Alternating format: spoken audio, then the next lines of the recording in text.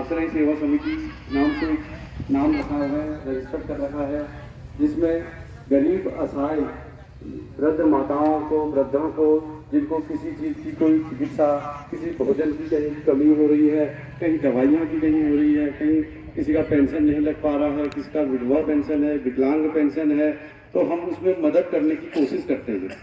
करती तो सरकार है, लेकिन हम उसमें मदद करने की कोशिश करते हैं कि किसी का कोई डॉक्यूमेंटेशन हो जाए।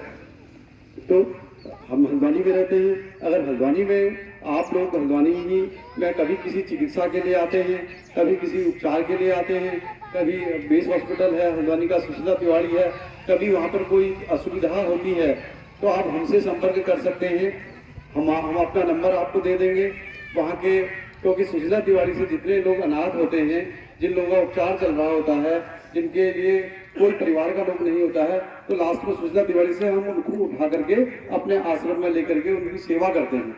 सेवा मीन्स की उनको भोजन की व्यवस्था करवाते हैं, उनको रहने के लिए देते हैं, उनको दवाइयाँ अगर कोई अवेलेबल होती है तो वो दवाइयाँ देने की कोशिश करते हैं।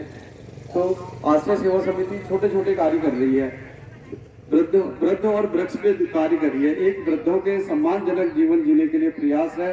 दूसरा, वृक्ष लगाओ जीवन बचाओ एक मुहिम पे कार्य कर रही है कि हमारे को अपने जीवन में ऑक्सीजन चाहिए होती है, वो वृक्षों से मिलती है। हमारे को पानी चाहिए होता है, वो वृक्षों से मिलता है। हमारे को फल चाहिए होते हैं, वो वृक्षों से मिलते हैं। हमारे को औषधि चाहिए होती है, वो वृक्षों से मिलती है।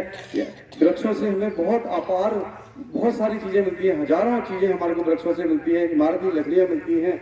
हम अगर कोई जो जलवायु परिवर्तन है, जलवायु परिवर्तन के लिए ठंडे को या गर्म को, टेम्परेचर को करने में भी पौधों का बहुत बड़ा योगदान होता है।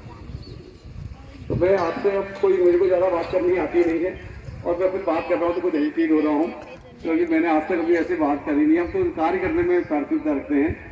तो किसी को अगर हल्द्वानी में कभी कोई चीज़ की सुविधा असुविधा होती है, वो आश्रम में आके रह सकता है।